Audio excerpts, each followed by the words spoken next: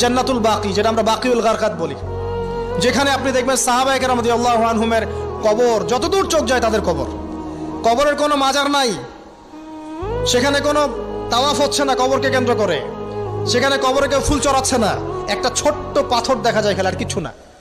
পৃথিবীর সবচেয়ে শ্রেষ্ঠ মানুষগুলো সেখানে শুয়ে আছেন, ওখানে গিয়ে দাঁড়াবেন, দেখবেন নিজেকে তুচ্ছ বলে মনে হবে আমি এই পৃথিবীতে আর কি করছি, সেরা মানুষগুলোই মাটির নিচে, আমি এখানে কি করছি।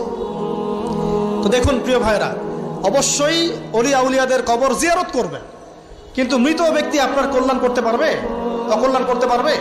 হ্যাঁ, তারা আল্লাহর কাছে সুপারিশ করতে পারবে, আল্লাহ পাক যখন তাদেরকে অনুমতি দিবেন তারপরে।